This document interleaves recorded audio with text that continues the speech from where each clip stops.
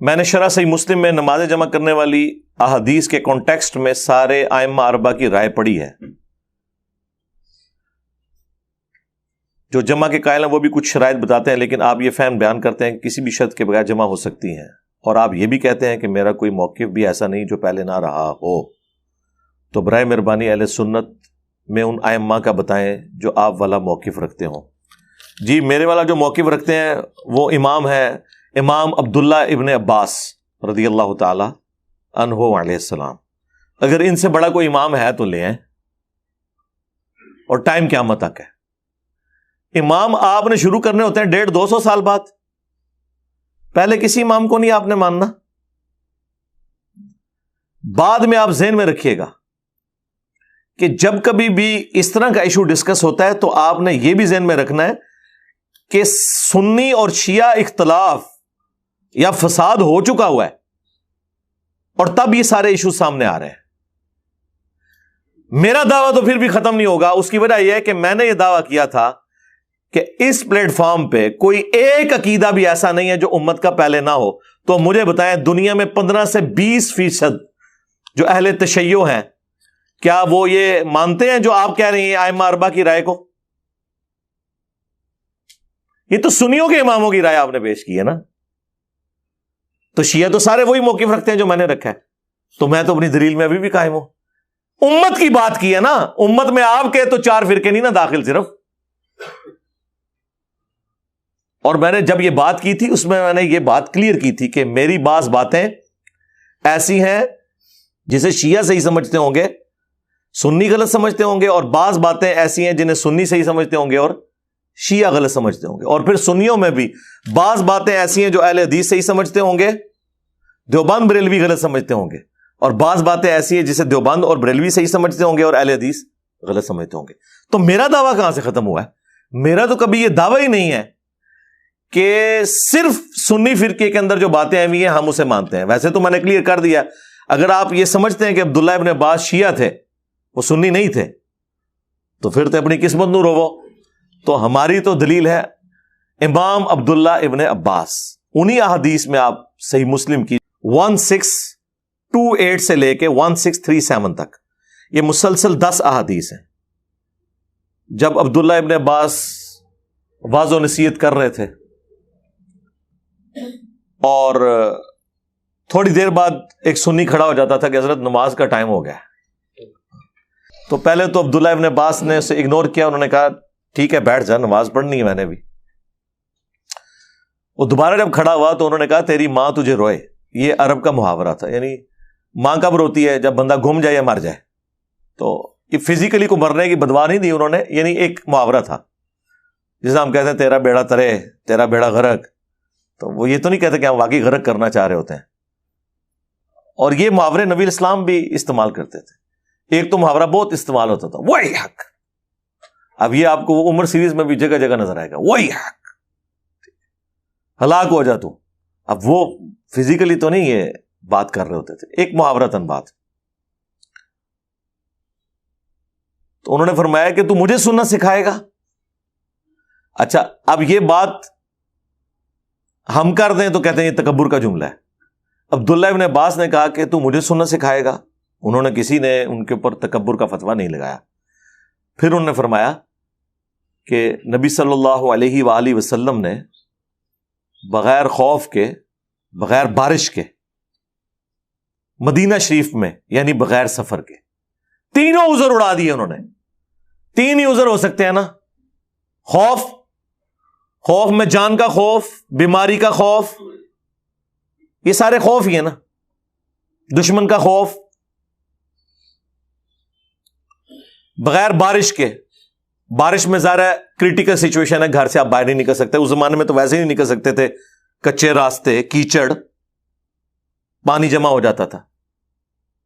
مدینہ شریف میں یعنی بغیر سفر کے. جب وہ یہ کہہ رہے تھے بغیر خوف کے، بغیر بارش کے، بغیر سفر کے، اب سنیوں کے بابوں نے اور ان کے مولویوں نے بیچ میں لگا لیا کہ اس میں یہ تو نہیں لکھا ہوا کہ بغیر کسی وجہ کے.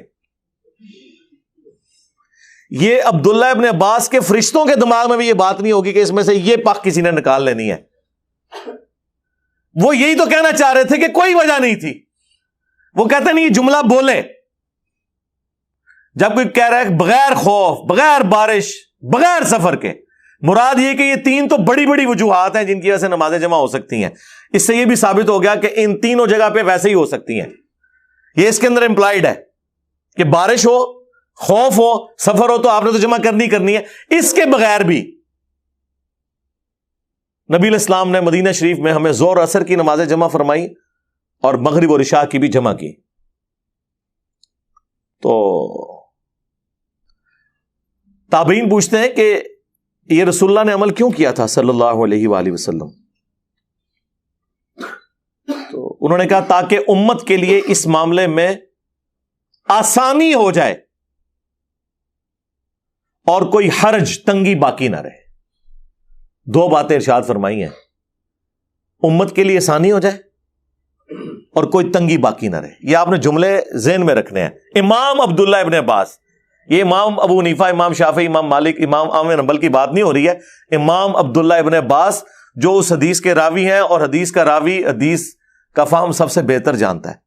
وہاں کوئی ایک اور سنی بیٹھا ہوا تھا انورٹڈ کاما میں، وہ کہتا ہے کہ جب عبداللہ ابن عباس نے یہ بات کی نا تو میرے دل میں قلق آیا کہ پتہ نہیں یہ جھوٹ مارتا پہ ایسے ہی پہ کہندا ہے. کہتے ہیں میں چپ کر کے اس مجلس سے اٹھا اور حضرت ابو ہریرہ کے پاس گیا اور میں نے کہا دیکھیں ابن عباس کس قسم کی باتیں کر رہے ہیں، رافضیوں والی. تو انہوں نے بھی آگے سے ان کو ڈانٹا، ان کا کہ ابن عباس نے جو کہا سچ کہا، یہ تو ابو القاسم کی سنت ہے صلی اللہ علیہ وآلہ وسلم کہ نمازیں جمع کی جا سکتی ہیں علمی مجلس میں. ظاہر کنٹینیوٹی ٹوٹ جاتی ہے نا. یہاں پہ بھی آپ لوگ جب چلے جاتے ہیں تو یہاں انتظامیہ کے لوگ ہم ظہر اور عصر کی نماز کو جمع کرتے ہیں. ظاہر ہے یہ علمی مجلس ہے، بس یہ ایک ہی نماز ہے جو ہم نے یہاں جمع کرنی ہوتی ہے. پھر تو اگلی سنڈے کو یہ اکیڈمی کھلے گی، اکیڈمی بند ہو جائے گی شام کو. یہ تو ایک اسٹوڈیو ریکارڈنگ کی ہے، ملاقات کے لیے ایک بیٹھک ہے. اچھا، اب اس میں نا یہ جو مسلم شریف کی حدیث ہے نا، اس کے نیچے کچھ تابعین کی آپس میں ڈسکشن ہے جو نقل ہوئی ہے، امام مسلم نے نقل کی ہے. بعض کی پھر بھی تسلی نہیں نہ ہوتی. وہ کہتے ہیں کہ میرا خیال ہے کہ رسول اللہ نے ظہر آخری وقت میں پڑھی ہوگی اور عصر اول وقت میں پڑھی ہوگی. اچھا، یہ جو جملے ہیں نا وہ اٹھا کے کہتے ہیں کہ دیکھیں جی وہ تابعین اس سے مراد جمع تقدیم یا جمع تاخیر نہیں لیتے تھے بلکہ جمع سوری لیتے تھے. اور جمع سوری کو تو سارے ہی مانتے ہیں، جمع سوری تو جمع ہوتی ہی نہیں ہے ایک قسم کی. ظہر آخری وقت میں اور عصر اول وقت میں آپ نے پڑھی تو کون سی جمع ہوئی؟ ظہر کے وقت میں ہوئی، عصر کے وقت میں. اور یہ وہ جمع ہے جسے حنفی بھی کہتے ہیں ٹھیک ہے. مثلا آج کل آلموسٹ جو سنت کے مطابق عصر کا وقت داخل ہو رہا ہے تقریباً 2:45 بجے. آپ 2:30 بجے ظہر کی نماز پڑھ لیں اور 2:45 پڑھ لیں عصر کی نماز، تو نمازیں اپنے وقت کے اندر ہیں. اسے کہا جاتا ہے جمع سوری سینٹر میں. اور ایک ہے جمع تقدیم. جمع تقدیم یہ ہے کہ ظہر کے ساتھ ہی عصر ملا لی جائے. وہ بخاری مسلم میں ہے کہ نبی علیہ السلام اگر ظہر کے وقت سفر کے لیے نکلتے تو ادھر ہی مدینہ شریف کے اندر ہی ظہر عصر کٹھی پڑھ لیتے. تو کیا مطلب ہے کہ ابھی عصر کا وقت تو ابھی شروع ہی نہیں ہوا، تو جمع تقدیم ہو گئی. یہ واضح حدیثیں ہیں بخاری مسلم کی، انفی نہیں مانتے اس کو. اس میں لکھا ہوا ہے کہ اگر ظہر کا وقت شروع ہو چکا ہوتا تو آپ عصر بھی ساتھ ہی پڑھ کے نکلتے. اب حنفیوں کی تو موت ہوگی نا اس حدیث کی وجہ سے، کیونکہ یہاں تو جمع سوری ہوئی نہیں ہے، ظہر کا وقت داخل ہوا ہے. اس کے آگے لکھا ہوا ہے پھر کہ اگر آپ ظہر کا وقت داخل ہونے سے پہلے نکلتے پھر عصر کے وقت میں جا کے دونوں نمازیں جمع کرتے تاکہ زیادہ ٹریولنگ ہو جائے. لاجیکل ہے، تو بالکل واضح حدیث ہے بخاری مسلم میں. تو مجھے بتائیں کیا حنفیوں نے یہ سفر والی حدیثیں مان لی نہیں ہے نمازیں جمع کرنے والی؟ وہ تو سفر میں ماننے کے لیے تیار نہیں ہے. وہ صرف کہتے ہیں جی حاج و عمرے والا ہم مانتے ہیں. عمرہ بھی نہیں، حاجی جو میدان عرفات میں ظہر عصر جمع ہوتی ہے اور مزدلفہ کے اندر مغرب اور عشاء جمع ہوتی ہے، اس کو وہ بھی مانتے ہیں کہ چاہے وہ کھلی چھٹی ہے جتنی دیر مرضی ظہر کا وقت سے لے کے مغرب کا وقت ہونے تک اور وہاں مغرب سے لے کر فجر کا وقت داخل ہونے تک کسی بھی وقت وہ نمازیں جمع ہو سکتی ہیں. اس کے علاوہ وہ نہیں مانتے اور کہتے ہیں یہ حج کی خصوصیت ہے. تو سرکار یہ اگر حج کی خصوصیت ہے تو آپ جو لوگوں کو یہ کہانی کرواتے ہیں کہ قرآن میں یہ آیت ہے ان الصلاۃ کانت علی المؤمنین کتابا موقوتا، بے شک نماز مومنین پر وقت باندھا ہوا فرض ہے. تو یہ حج کے موقع پہ تو آپ بھی قرآن کی مخالفت کر رہے ہیں. جو آپ نے تشریح کی ہے، ہمارے نزدیک تو آپ کی تشریح فراڈ ہے، وہ ثابت کریں گے. قرآن میں تو سورہ بنی اسرائیل میں نماز کے اوقات ہی 3 آئے ہوئے ہیں. پہلے آپ قرآن سے 5 نمازیں تو ثابت کریں. قرآن تو نمازوں کی ٹائمنگ 3 بتاتا ہے. فجر، دن کی نماز اور رات کی نماز. فجر الگ ہے، دن کی نماز کون کون سی ہے؟ ظہر، عصر، اور رات کی نمازیں مغرب اور عشاء، کیونکہ غروب آفتاب کے بعد رات شروع ہو جاتی ہے. تو سرکار قرآن میں اگر یہ لکھا ہے کہ مومنین پر وقت باندھا ہوا فرض ہے نماز، تو قرآن تو نماز کے 3 اوقات بتا رہا ہے، تو آپ 5 نمازیں کیوں پڑھتے ہیں؟ اب وہ جی بخاری مسلم میں آئی ہیں. ہاں، 5 نمازیں بخاری مسلم میں آ جائیں الگ الگ اوقات میں، جو ہمارے نزدیک بھی افضل یہی ہے. ہم بھی الگ الگ ہی پڑھتے ہیں، کبھی جمع بھی کر لیتے ہیں. اور بخاری مسلم میں جو سفر میں جمع کرنے کی حدیثیں ہیں وہ آپ نہ مانیں. افتؤمنون ببعض الکتاب وتکفرون ببعض، کتاب کے کچھ حصے کو مانتے ہو اور کچھ کا کفر کرتے ہو. پھر ذلت بھی کاٹنی پڑے گی نا اس شخص کے ہاتھوں جو نعرہ لگاتا ہے کہ میرے نبی سا ہے ہی کوئی نہیں، تیرے بابے تے شے ہی کوئی نہیں.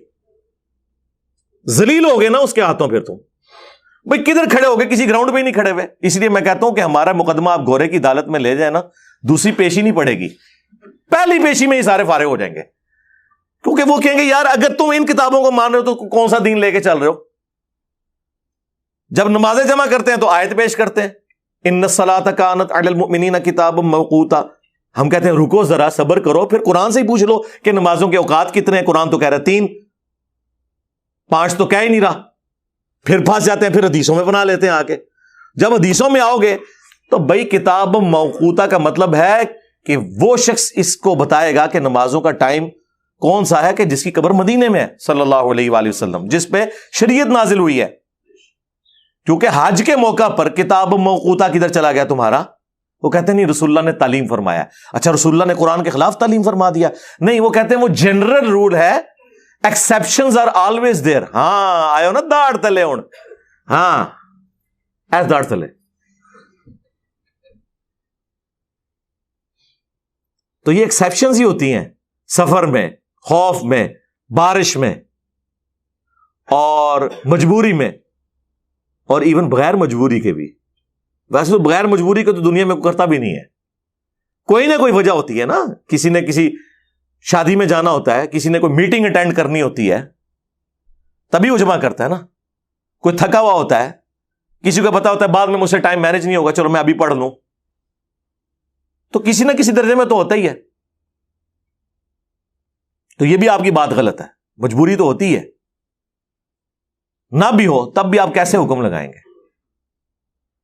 تو وہ تابعین کی ڈسکشن لے کے آتے ہیں. جی تابعین کہہ رہے تھے ہو سکتا ہے کہ وہ رسول اللہ نے ظہر آخری وقت میں اور عصر اول وقت میں پڑھی ہو.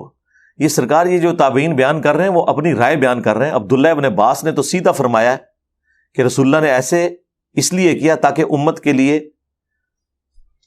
تنگی باقی نہ رہے اور آسانی ہو جائے، کوئی حرج باقی نہ رہے. یہ آسانی کا لفظ جو ہے نا بتا رہا ہے کہ نبی علیہ السلام نے کوئی سٹاپ واچ آن نہیں کی ہوئی تھی کہ بس 10 منٹ رہ گئے جو ٹائم داخل ہونے والا ہے، جلدی جلدی وضو کر لو پھر نمازاں جمع کریے. تو یہ کون سی آسانی ہے؟ آسانی تو یہ ہے کہ ٹالرنس آپ کے پاس موجود ہو کہ زور کا وقت داخل ہونے سے لے کر مغرب سے پہلے پہلے کسی بھی وقت نماز جمع ہو جائے، اور مغرب کا وقت داخل ہو کر فجر کا وقت داخل ہونے سے پہلے کسی وقت نمازیں جمع ہو جائیں. یہ آسانی ہوگی. ورنہ مجھے بتائیں، یہ جو کہتے ہیں کہ نبی علیہ السلام نے نمازیں جمع کروائی، تو آپ ذرا مجھے ایمانداری سے بتائیں کہ جب نبی علیہ السلام نے مغرب کی اذان دی ہوگی تو ساتھ یہ اناؤنسمنٹ کروائی ہوگی نا کہ یار مغرب کی اذان ہونے لگی ہے لیکن 1.25 گھنٹہ انتظار کرنا ہے، جیسے ہی شام میں 10 منٹ رہ جائے نا سارے نے آ جانا ہے تو میں پھر کٹھیاں کراواں گا. اس زمانے میں تو کوئی ایسی پاسبلٹی نہیں تھی. آسانی اس میں ہے کہ صحابہ کرام آئے ہوئے ہیں، آئے تو تھے مغرب کی نماز پڑھنے. نبی علیہ السلام کی عصر کے بعد سے ڈسکشن جاری ہے. کئی بار آپ عصر کے بعد خطبہ دیتے تھے پھر لیٹ ہو جاتے تھے، ڈسکشن جاری ہے. اس دوران مغرب ہوگی، آپ نے مغرب نہیں پڑھی، آپ ڈسکشن اپنی جاری کر رہے ہیں. جیسے ہی آپ فارغ ہوئے ہیں اس ڈسکشن سے، آپ نے مغرب اور عشاء کو جمع کر لیا. یا یہ ہوتا ہوگا کہ مغرب کی اذان کے وقت صحابہ کرام آئے مسجد میں اور حضور کہیں گے ہوں بہ جاؤ 1.5 گھنٹہ میں تھوڑے سے ثانی کرن لگا, 1.5 گھنٹے بعد کٹھی دوئے پڑھاواں گا. تو لوگ کہیں گے حضرت یہ 1.5 گھنٹہ ہم گھر میں کوئی اپنے کام کاج کر لیتے, یہ کون سی, یہ تو الٹا وہ 10 یا 20 منٹ کی نماز ہمیں 1.5 گھنٹے کی پڑ گئی ہے, یہ ثانی ہے, مجھے بتائیں. لیکن common sense is not so common.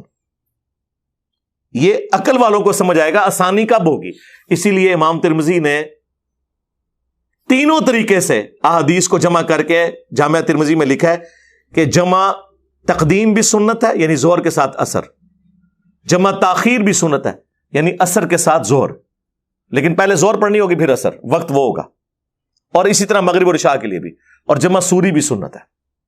لیکن ظاہر ہے 100 کرو امام ترمذی سنی تو تھے, لیکن انہوں نے حدیث میں یہ نقل تو کیا کہ نبی علیہ السلام نے مسلم والی حدیث امام ترمذی بھی نقل کی, بغیر خوف کے, بغیر بارش کے, بغیر سفر کے نمازوں کو جمع کیا. اور ابن عباس کا فتویٰ بھی نقل کیا تاکہ امت کے لیے آسانی ہو جائے, کوئی تنگی باقی نہ رہے. اور پھر کہتے ہیں لیکن ہمارے جو ائمہ ہیں نا, احمد بن حنبل اور امام شافعی, وہ کہتے ہیں بغیر وجہ کے نمازوں کو جمع نہیں کرنا چاہیے. تو کہتے ہیں آپ کے امام, میں کہتا ہوں جی ابھی اٹھ کے قبروں سے نکل کے کہ ہمیں تو کوئی فرق ہی نہیں پڑتا. اس کی وجہ یہ ہے کہ ہم نے تو اس شخص کو اپنا امام مانا ہے جس کی قبر مدینے میں ہے صلی اللہ علیہ وآلہ وسلم.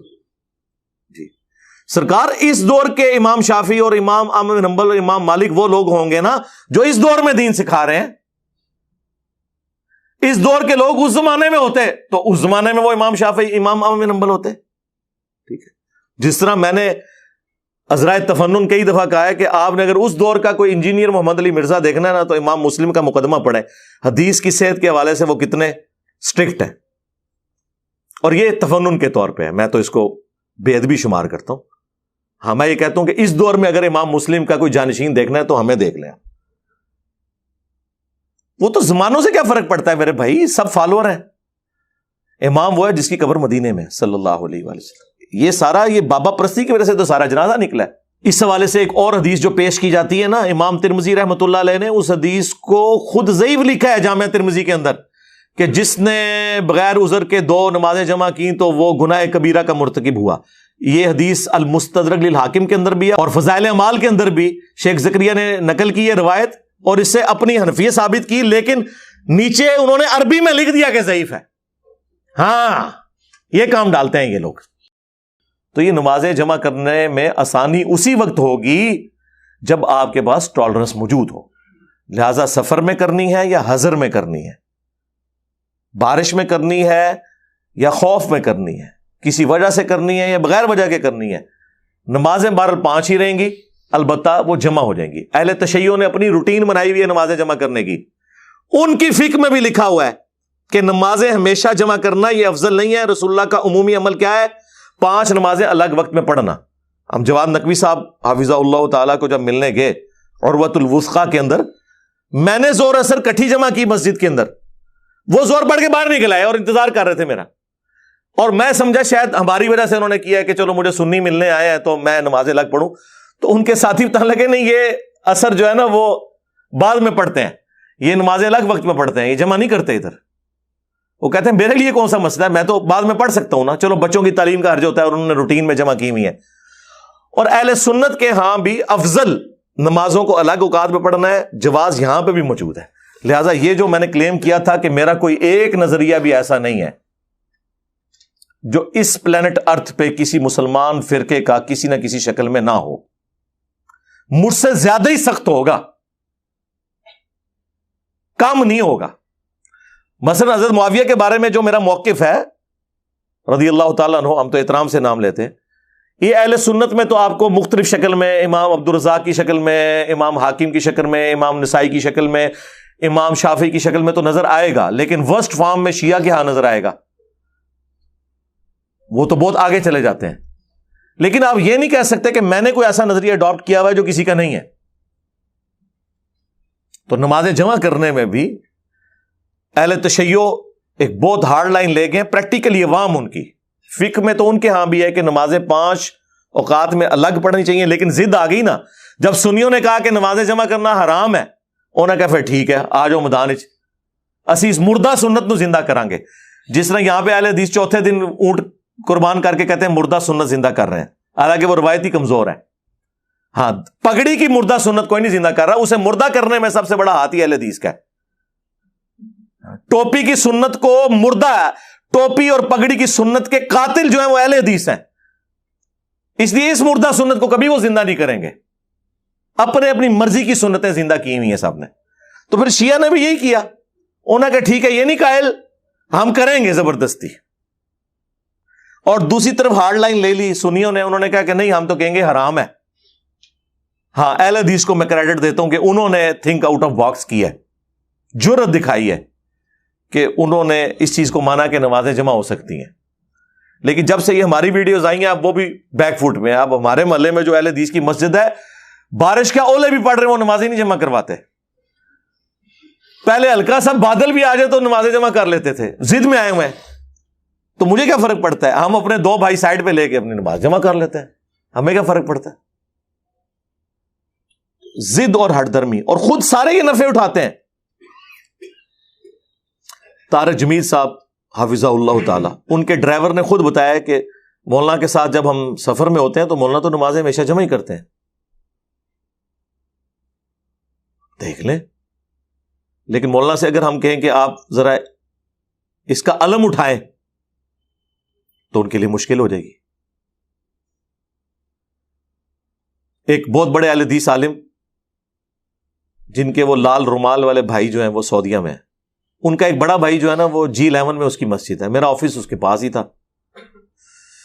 اور یہ میں کوئی 2008-9 کی بات کر رہا ہوں آلموسٹ، یعنی آج 20 نومبر 2022 ہے، تو آپ سمجھ لیں آلموسٹ یہ 14 سال پرانی بات ہے.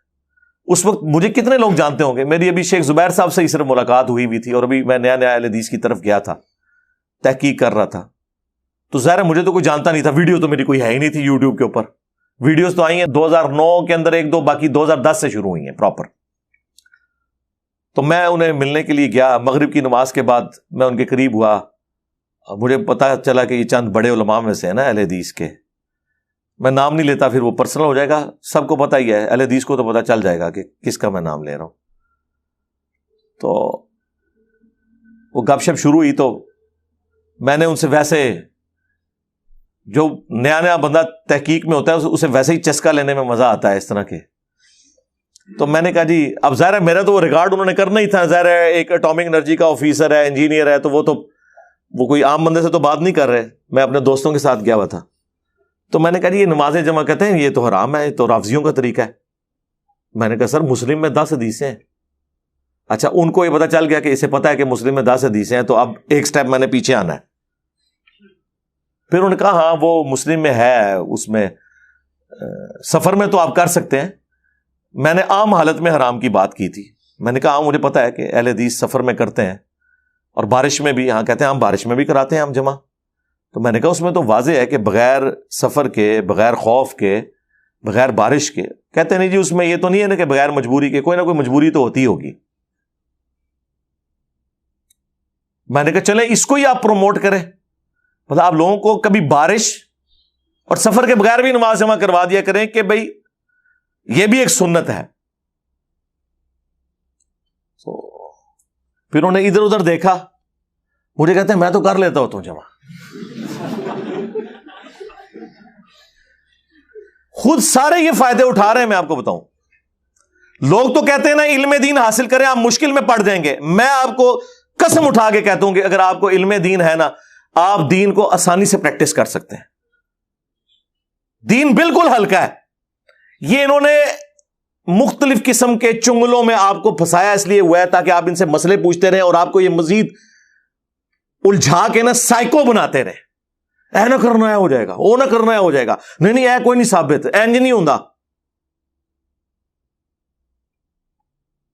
کہنے لگے یار میں نے کئی بار بیوی کے ساتھ نا بازار جانا ہوتا ہے نا، تو یہ تو کئی بار اتنا لیٹ کرتی ہے مغرب ہو جاتی ہے، تو پھر میں اپنی بیوی کو پیچھے کھڑا کر کے نا جیسے ہی 12:10 پہ زور کا وقت داخل ہوا، ہم زور اثر کٹھی کرتے ہیں، پھر میں کہتا ہوں جائے جدھر مرضی آرام سے شاپنگ کرے، آرام سے مغرب کے وقت ہم واپس آ کے تو پھر میں نے کہا یار اندازہ کریں یہ لوگ خود فیسلٹیز اویل کر رہے ہیں، لیکن امت، وہ جو ابن عباس میرے امام نے فرمایا تھا نا، تاکہ امت کے لیے آسانی ہو جائے اور کوئی تنگی باقی نہ رہے، انہوں نے بالکل الٹ عمل کیا.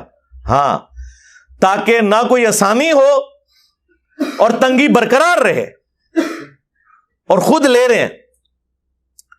جو میں غدیر خم کی حدیث قرآن والے بیت جو مسلم شریف میں 4 حدیثیں ہیں، اس میں زید ابن ارقم کہتے ہیں کہ نبی علیہ السلام نے فرمایا تھا قرآن اللہ کی کتاب ہے، یہ اللہ کی رسی ہے، جو اسے پکڑے گا وہ ہدایت پہ ہوگا، جو چھوڑ دے گا گمراہ ہو جائے گا. تم اللہ کی کتاب کو پکڑو، اپنا تعلق اس کے ساتھ مضبوط کرو. اور پھر زید ابن ارقم کہتے ہیں نبی علیہ السلام ہمیں ترغیب دلاتے رہے، اللہ کی کتاب، اللہ کی کتاب، اللہ کی کتاب. اور پھر فرمایا دوسری بھاری چیز میرے اہل البیت ہیں، میں اپنے اہل البیت کے معاملے میں تمہیں اللہ کا خوف دلاتا ہوں. اور یہ جملہ آپ نے 3 دفعہ ریپیٹ کیا، میں اپنے اہل البیت کے بارے میں تمہیں اللہ کا خوف دلاتا ہوں، میں اپنے اہل البیت کے بارے میں تمہیں اللہ کا خوف دلاتا ہوں. امت بالکل الٹ چلی، نہ قرآن کو عقیدوں میں پکڑا، حالانکہ ہر نماز کی ہر رکعت میں پڑھا ایاک نعبد و ایاک نستعین، لیکن اسی مسجد کے ساتھ جو بابا دفن تھا نا، نماز پڑھنے کے بعد اس بابے سے بھی مانگ کے گھر واپس آئے. یہ توحید میں سے سیکھا. نہ قرآن کو پکڑا، نہ اہل البیت کو زندہ چھوڑا، بالکل الٹ چلے. یہاں پہ بھی امام عبداللہ ابن عباس، اور سرکار عبداللہ ابن عباس تو وہ ہیں جن کے بارے میں بخاری میں حدیث ہے کہ اے اللہ ابن عباس کو قرآن کا فہم عطا فرما. تم جو حنفی لوگ ہمیں آیات پڑھ پڑھ کے سناتے ہو ان الصلاۃ کانت علی المؤمنین کتابا موقوتا، تو اس آیت کی شرح عبداللہ ابن عباس کو زیادہ آتی ہے، تم لوگوں کو زیادہ آتی ہے؟ کیا انہوں نے خلاف ورزی کی قرآن کی؟ نہیں، قرآن کا فہم تھا انہیں. وہ تو ہم نے اب آپ کو بتایا نا کہ قرآن میں تو نماز کے پھر 3 اوقات ہیں سورہ بنی اسرائیل میں. ہاں، تو پھر تو آپ کو 3 اوقات میں 5 نمازیں پڑھنی چاہیے. اور یہاں پروپیگنڈا کیا ہوا ہے جناب شیعہ 3 نمازیں پڑھتے ہیں. ایک غریب اتو بدتمیز.